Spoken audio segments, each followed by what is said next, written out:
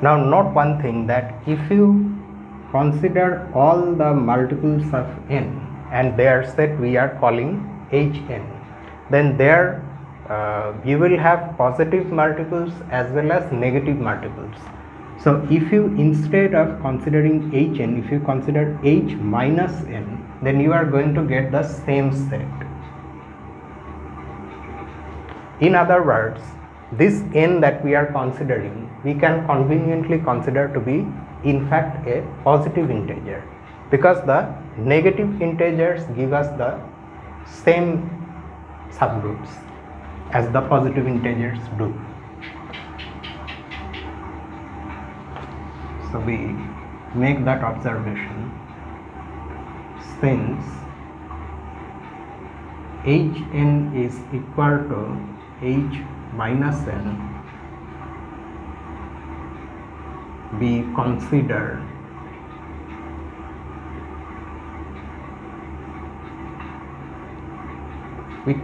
means we assume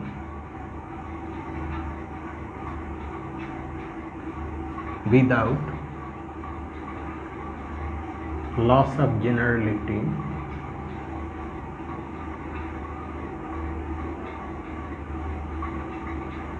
that n is a positive integer. Okay. Now the moment we have n as a positive integer, we can identify Hn and its right cosets as the congruence classes modulo n. We have already discussed about this. Specifically, we would write this. From the discussion,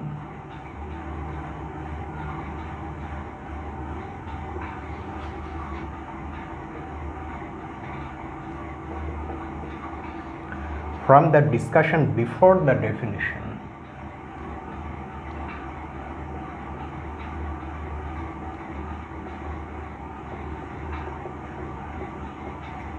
of a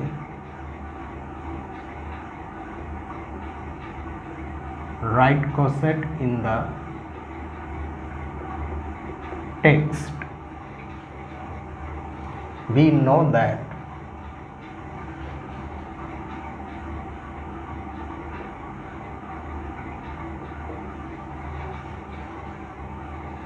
Hn is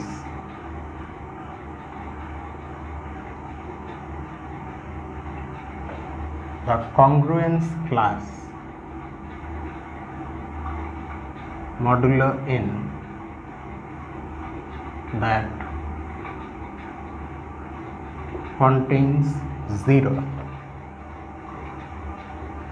and the other right cosets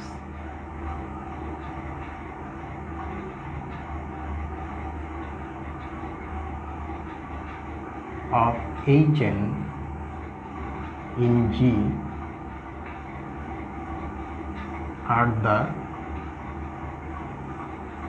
other congruence classes.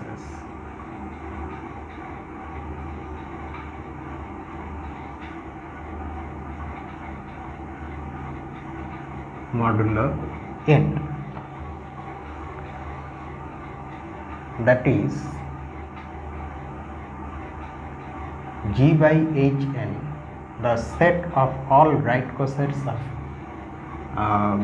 Hn in G, is actually the set of all congruence classes modulo n.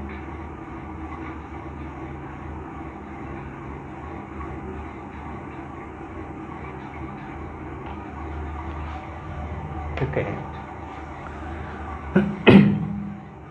Thus, so these are the right cosets of Hn in G, and index of Hn in G because of this is equal to n.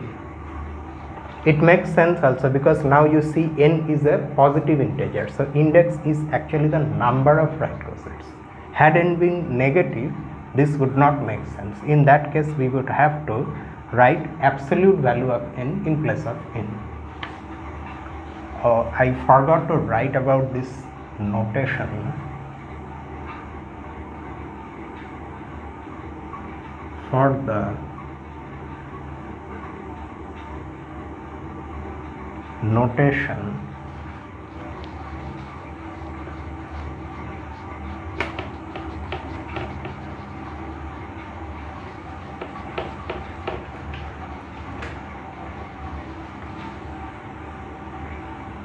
G by Hn, you have to see the solution to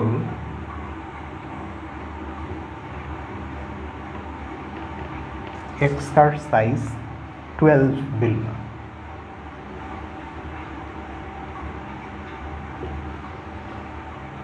So here we complete this solution.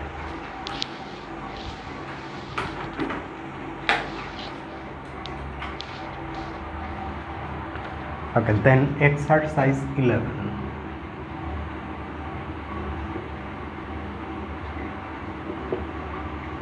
We have already done what we are required to do in exercise 11, so we will just mention that.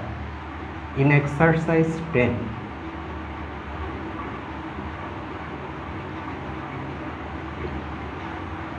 what is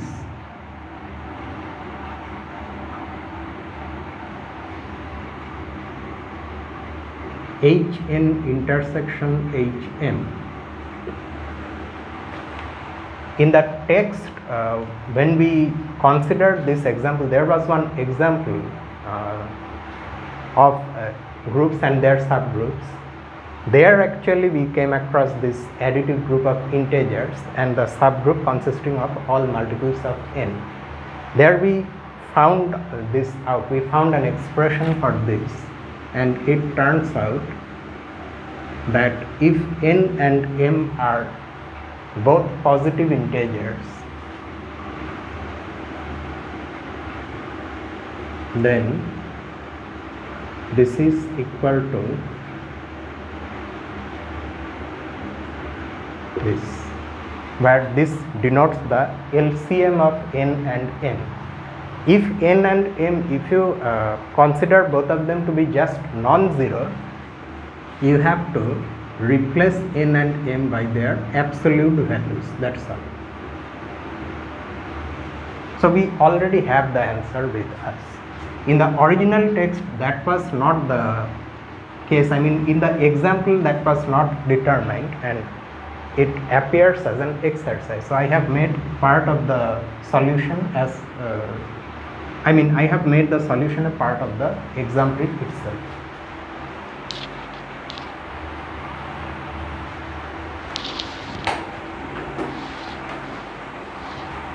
Okay, so here we are going to write like this.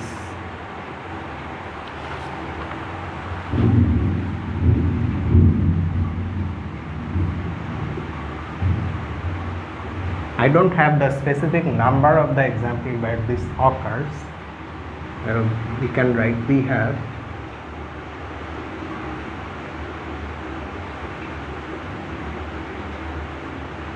already seen in the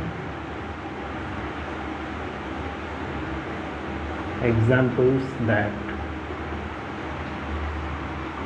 let me write like this, equal to Hn if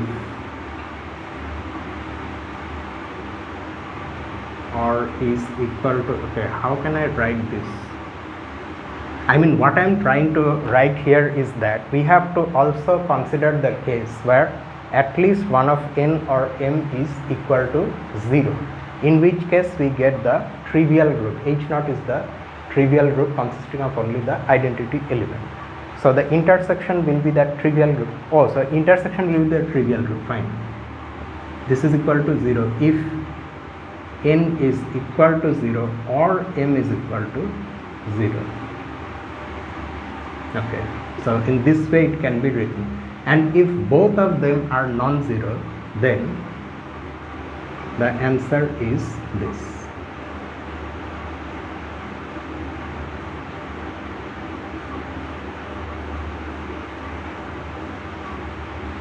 If